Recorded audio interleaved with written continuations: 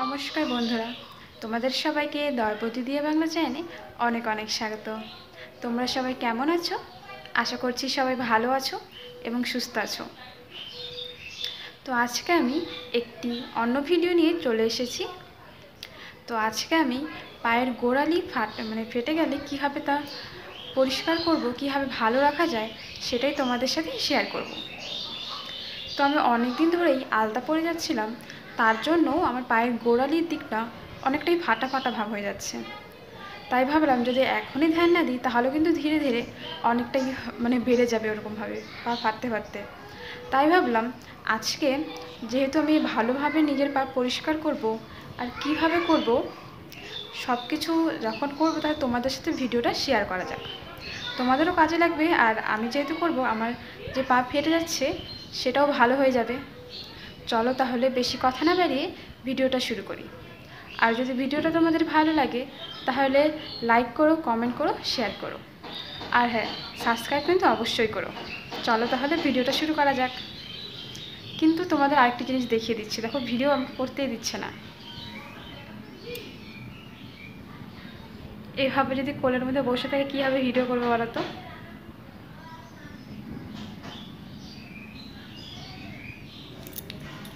Hello hello hello hello. তো প্রথমেই আমি জল নিয়ে নিলাম, আর তার মধ্যে নিয়ে নিলাম অল্প একটু লবণ।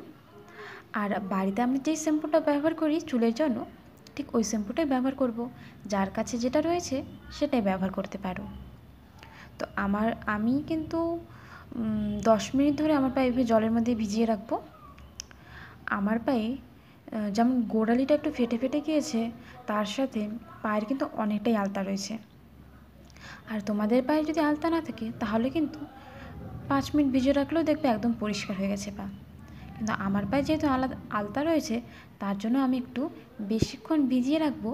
এবং তারপর ভালোভাবে একদম, এই যে ব্রাশ দেখতে পারছো, এরকম পুরনো ব্রাশ তো বাড়িতে দু একটা থাকেই, তো এরকম একটা পুরনো ব্রাশ দিয়ে আমি ভালোভাবে আমার পাটা ঘষে পরিষ্কার করে নেব।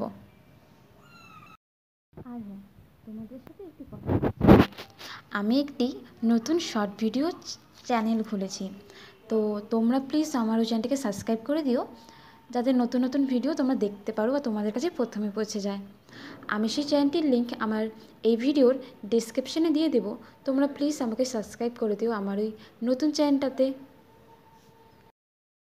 যা করছিলাম, প্রথমে পা একদম ভালোভাবে পরিষ্কার করে নেওয়ার পর ভাবলাম পা তো পরিষ্কার করছি, তার সাথে হাতের নখটাও একসাথে পরিষ্কার করে নেওয়া যাক, দুটো কাজ একবারেই হয়ে যাবে তার জন্য। তো পা পরিষ্কার করতে করতে হাতটাও হয়ে গেল। এখন আমি ভালোভাবে এমনি জল দিয়ে পাটাকে ধুয়ে নিলাম। আর এমনি যে নরম কাপড় রয়েছে বা তোয়ালে, যে কোনো জিনিস দিয়ে কিন্তু পরিষ্কার করে বা মুছে নিতে পারবে। এখন কিন্তু অনেকেই বলতে পারবে যে কিন্তু দিদি ভাই, তোমার পায়ে তো এখনও আলতা রয়েছে। হ্যাঁ, কেন বলো তো? চাইলে কিন্তু জোরে জোরে ভালোভাবে অনেকক্ষণ ঘষে ঘষেও এই আলতাটা ভালোভাবে পরিষ্কার করে নেওয়া যেত। কিন্তু আমার তো উদ্দেশ্য ছিল পায়ের যে গোড়ালি রয়েছে সেটা একদম ভালোভাবে পরিষ্কার করার, তা তো আমি করেই নিয়েছি। এখন পায়ের আলতাটাও যদি আমি একদম জবরদস্তিভাবে ওঠানোর চেষ্টা করি, এতে কিন্তু আমার পায়েরই ব্যথা লাগবে বা পায়ে ছুলেও যেতে পারে বা জ্বলতেও পারে। তার জন্য ভাবলাম পায়ের গোড়ালি তো একদম পরিষ্কার, দেখো একদম পরিষ্কার। তো এর মধ্যে আমি একটা জিনিসও দিয়ে দেবো, একদম ভালো হয়ে যাবে। কিন্তু তার আগে আমি রিমুভার দিয়ে আমার পায়ে যে আগে থেকে নেল পালিশ পরা রয়েছে ওটা ভালোভাবে তুলে নেব বা পরিষ্কার করে নেব। কারণ পায়ের নেল পালিশটা যদি না উঠাই তাহলে দেখতে একদম মোটা মোটা লাগবে। অনেক দিন আগেই পায়ের নেল পালিশটা পরেছিলাম, তো তার জন্য অনেকটা মোটা মোটা ভাব হয়ে রয়েছে নেল পালিশটার উপরে। তাই ভাবলাম নেল পালিশটাও তুলে নেওয়া যাক। আর আমার পায়ের নখ যেহেতু অনেক ছোট, তার জন্য আমি পায়ের নখগুলো আর কাটবো না। যদি তোমরা তোমাদের হিসেবে মতো পায়ের নখ কিন্তু কেটে নিতে পারো।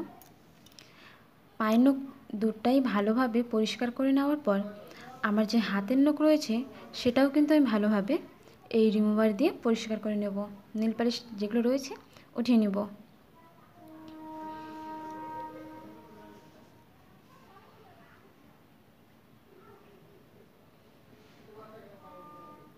এখন ভাবছি আমি কোনটা ব্যবহার করব, বোরোলিন নাকি লেশন।